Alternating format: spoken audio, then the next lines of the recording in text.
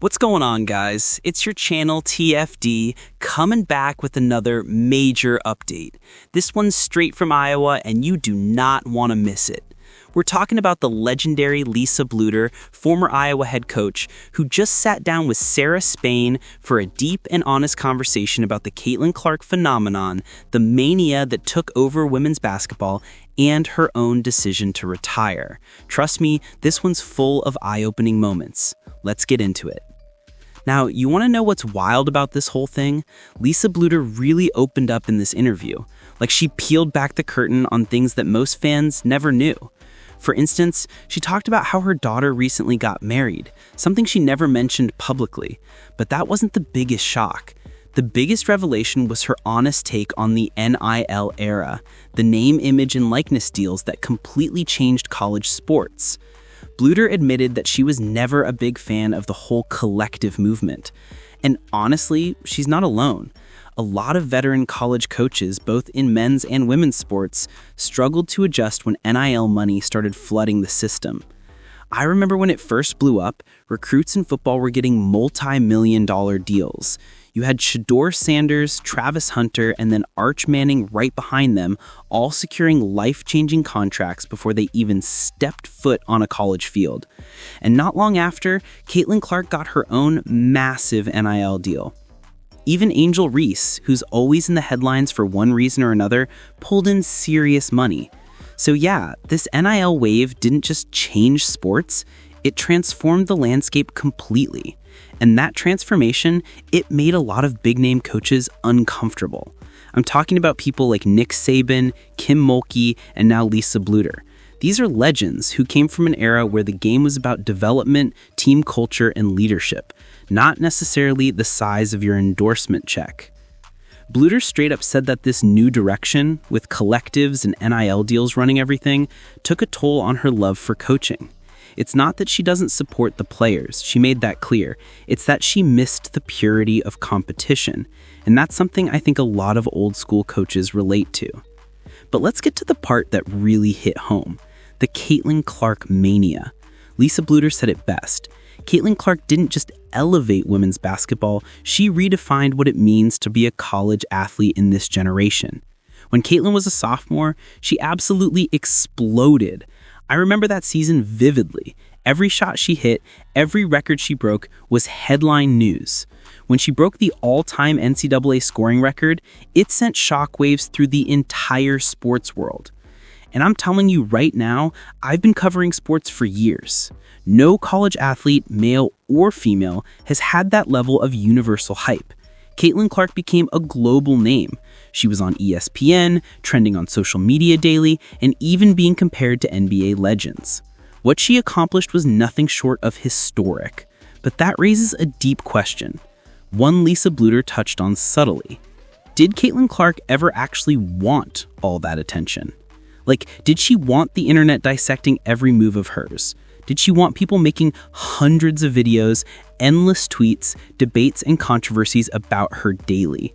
We all celebrate her, but have we ever stopped to think about how overwhelming that could be for a young player?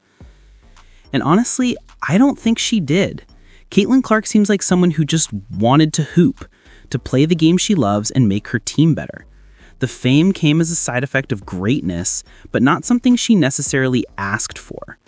Now, Lisa Bluder's interview gives us an inside look at how that fame affected everyone around Caitlin too, from the program to the players to the staff, and that's what we're going to break down next. We're heading over to Apple Podcasts, where this full conversation is up under That's a Good Game with Sarah Spain. She's got some incredible insight, and this episode in particular is packed with real emotion and behind-the-scenes truths. We're not going to play the full 45-minute interview here, but we're going to react to the key parts. The moments that reveal why Lisa Bluder stepped away, how Caitlin Clark changed college sports forever, and what comes next for Iowa and women's basketball. So stick around, hit that like button, and let's break this thing down piece by piece. Let's go. From Stanford, and just finding out, what they were thinking, and just seeing, first of all, okay, Caitlin Clark's graduating, So, okay, and we're just played in the last two championships games. Not a bad time to leave the game. Go out on top.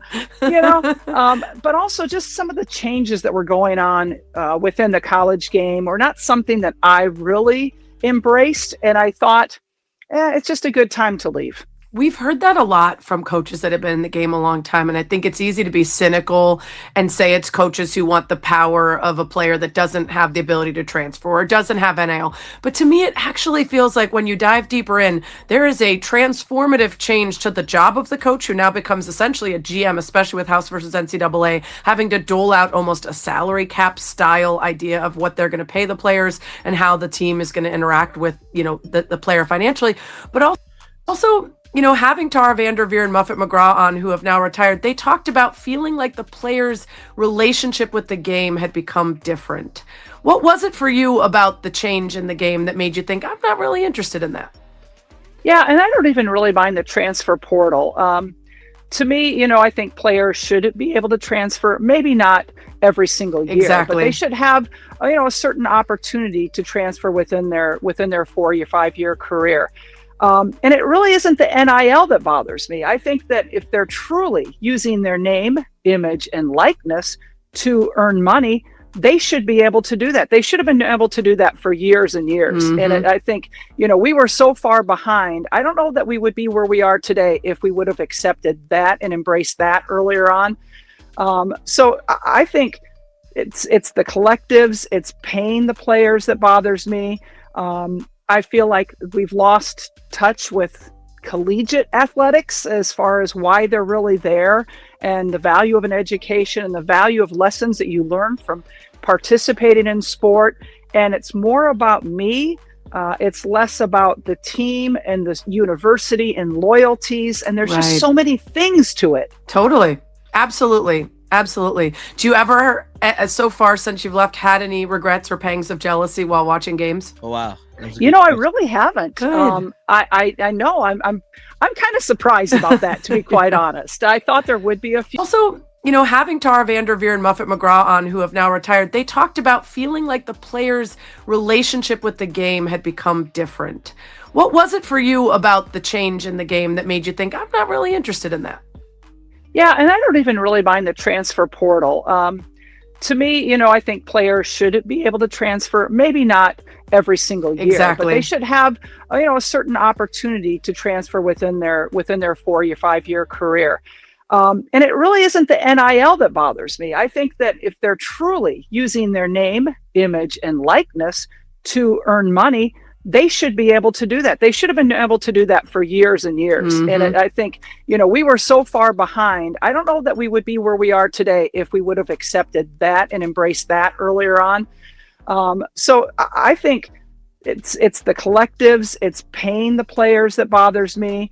I feel like we've lost touch with collegiate athletics as far as why they're really there and the value of an education and the value of lessons that you learn from participating in sport. And it's more about me. It's less about the team and the university and loyalties. And there's just so many things to it. Totally. Absolutely. Do you ever, so far since you've left, had any regrets or pangs of jealousy while watching games? Oh, wow. I really haven't. Good. I know I'm kind of surprised about that, to be quite honest. I thought there would be a few. Now they're diving into the topic of NIL and where it stands right now. And man, this part gets real interesting. When I was covering college sports full-time, I remember when all this was starting to heat up, the NCAA had just gone through that major lawsuit, and as a result, every school ended up being awarded something like $20-something million to distribute across their athletic programs. Now, don't quote me on the exact figure, but the goal behind that move was pretty clear: to even the playing field. Because for years, certain schools had a huge advantage thanks to their booster power. You already know how it goes. Those powerhouse schools with big-time alumni and corporate ties, they always had the upper hand. Take UConn, for example. They've been dominating national titles, top recruits, major TV deals. So, of course, they've got the biggest boosters in the game. They're rolling in resources. Now, compare that to a smaller program like Baylor or even some mid-major schools. They're just not pulling that same financial weight, no matter how hard they recruit or how talented their players are. So what the NCAA tried to do with this payout was basically say, all right, let's make this a fair fight. They wanted to balance things out, give everyone a fair shot at competing for talent without being completely outmatched by schools with deeper pockets. On paper, it sounded like a good idea, but in reality, it opened the door to something way bigger, the collectives. And that's where things get complicated, because as soon as NIL collectives started forming, it became clear that this wasn't just about fairness anymore. This was about who could build the best business operation behind their sports program. The line between college sports and professional sports started blurring fast. Now, Chief is going to go in depth about that, about how these collectives are operating, how some schools are basically turning into NIL powerhouses, and how others are struggling to keep up. It's crazy because this is exactly what the NCAA was trying to avoid, a money-driven gap between programs, and now we might be seeing that divide grow even larger. So yeah, this next part of the interview, you definitely want to pay attention because it's going to break down how NIL has completely changed the game, not just for the athletes, but for coaches, recruiting, and even the future of college basketball itself. Now, guys, we're going to fast forward this thing and listen to her speak about Caitlin Clark and the mania of the Caitlin Clark hype. Let's give it a buzz.